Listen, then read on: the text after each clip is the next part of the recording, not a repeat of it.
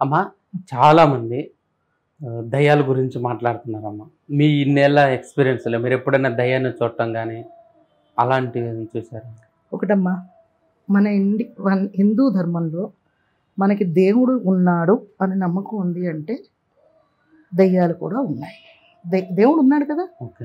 దేవుడు ఎప్పుడైతే ఉన్నాడో దెయ్యాలు కూడా ఉన్నాయి. మన నమ్మకం అది. ఓకే. ఆత్మలు ఒకటి శ్రీకృష్ణుడు చెప్పినట్లయితే శరీరాన్ని వదిలిన వెంటనే ఆత్మ వేరే శరీరానికి వెళ్ళిపోతుంది అని అన్నారు. ఓకే. కరెక్టే. అదే శ్రీకృష్ణుడు కాకపోయినా ఈ గరుడ పురాణం అనేది ఒకటి ఉంది. ఆ పురాణంలో ఏం చెప్పారు? 12 రోజుల పాటు ఆత్మ తిరుగుతూ ఉంటుంది ఆ ఇంట్లో. అంటే ఎవరున్నారా, ఎవరు చేస్తున్నారా, ఏంటంటే ఈ సోల్ వదిలి వెంటనే వెళ్ళిపోలేదు. ఈ బంధాలని వాళ్ళకి ఏదో చెప్పాలని ప్రయత్నం చేస్తుంటుంది. ఆ నలుగురు సినిమా చూసాను చూడు, సేమ్ అలాగా. అది అందరికీ కనిపించే వాళ్ళకి కనిపిస్తుంది. వినిపించేది కొన్ని ఉంటాయి, కనిపించేది కొన్ని ఉంటాయి. కనిపిస్తాయి, కనిపించవు అని అనడానికి లేదు, ఉంటాయి. ఆ ఇంటిలో పరిసరాల్లో తిరుగుతుంది, ఏదో చెప్పాలనుకుంటుంది, ఏదో చేయాలని అనుకుంటుంది, చాలా గింజుకుంటుంది ఆత్మ, చెప్పలేకపోతుంది, తిరుగుతుంది. మనం చేసే ఈ కర్మల్ని వాటిని అందుకే కరెక్ట్గా చేయాలి, కర్మ కాండ అవన్నీ అంటారు. ఆ హిందూ ధర్మశాస్త్ర ప్రకారంగా అవన్నీ చేసుకుని వెళ్ళిపోతే ఆ ఆత్మకి ముక్తి లభిస్తుంది. లేకపోతే అవి ఇక్కడే తిరుగుతాయి. ఇలాంటివే తిరుగుతాయి. ఏ ఆత్మకైతే కర్మకాండలు సరిగా జరగవో అవి ప్రేతాత్మలుగా మారుతాయి. ఒకవేళ ఈ రిచువల్స్ అన్ని సరిగా జరిగాయి అనుకో, ఇక్కడ దీంతో వాటికి ముక్తి పొంది వేరే యోనిలోకి వెళ్ళి మళ్ళీ జనన మరణాలు ఆ సైకిల్లోకి వెళ్ళిపోతాయి. అది శాస్త్రం, అది నిజం కూడా. నువ్వు ఇక్కడి నుంచి నువ్వు వదలకుండా దాన్ని సీసాలో పెట్టి చేస్తే దానికి బాధ చాలా ఉంటుంది. మనిషికే బాధ అని అనుకోకండి, ఆత్మకు కూడా బాధ ఉంటుంది. మనకి శరీరం బాధ ఉంటుంది, ఆత్మ దానికి ఈ శరీరం లేకపోయినా చాలా బాధపడుతుంది. ఆ బాధపడి మీరు బాధ పెడుతున్నారు కాబట్టి మిమ్మల్ని ఏదైనా చెయ్యాలి అని అనుకుంటుంది. మంచి అయితే మంచి, చెడు అయితే చెడు. ఎవడు ఎలా చేస్తే వాటికి అలాంటి రియాక్షనే ఉంటుంది. దెయ్యాలు లేవు అని అనడానికి లేదు.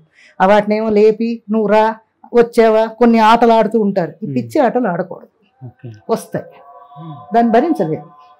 మళ్ళీ తాంత్రికులు మాంత్రికులు వెళ్తారు. ఎందుకు అవి లేవు అని అనడానికి లేదు. అదే దెయ్యాలు ఉన్నాయి, దేవుడు ఉన్నప్పుడు దెయ్యాలు కూడా ఉన్నాయి.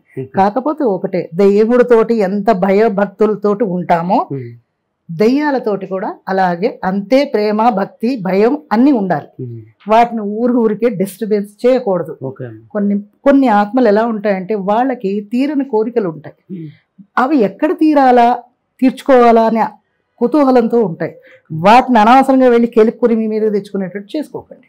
ఉన్నాయా, మనకి కామెంట్స్ బోర్డు వస్తాయా, ఉన్నాయా, మీరు చదువుకున్నారు కదా, ఈ సైన్స్ దాంట్లో మీరు ఎక్కడ నమ్ముతున్నారు అని. సైన్స్ ఎక్కడి నుంచి వచ్చింది? నువ్వు చూసావా సైన్స్? లేదు కదా.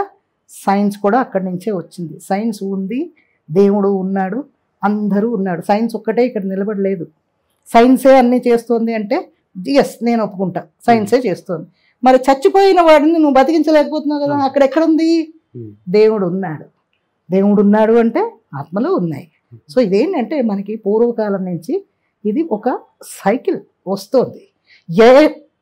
ఎవరి చేసే పని వాళ్ళని చేయనియాలి, ఎవరిని డిస్టర్బ్ చేయకూడదు. ఇప్పుడు దేవతనైనా నీ కోరికలు కోరుకోవాలి, అంతేకాని వాటిని కూడా కొంతమంది చూసారా తాంత్రికులు ఉంటారు, బంధిస్తారు దేవతల్ని. ఆ బంధనాలు అవి చేయకూడదు. అలాగే దెయ్యాలని, దుష్టశక్తులు అని మనకు తెలియదు, దెయ్యం అని అంటున్నాం. అందులో కొన్ని కోరికలు తీరంగా ఉంటాయి, అవి ఉగ్రంగా ఉంటాయి. కొంతమంది అన్నీ అయిపోయి సాధు జంతువులుగా ఎప్పుడో దేవుడు పిలవకుండా కొన్ని యాక్సిడెంటల్ డెత్స్ ఉంటాయి. అలాంటివి తొందరగా వెళ్ళలేవు పాపం, అవి ఇటు తిరుగుతాయి. వాటిని పిలుపు కోసం చూస్తుంటాయి.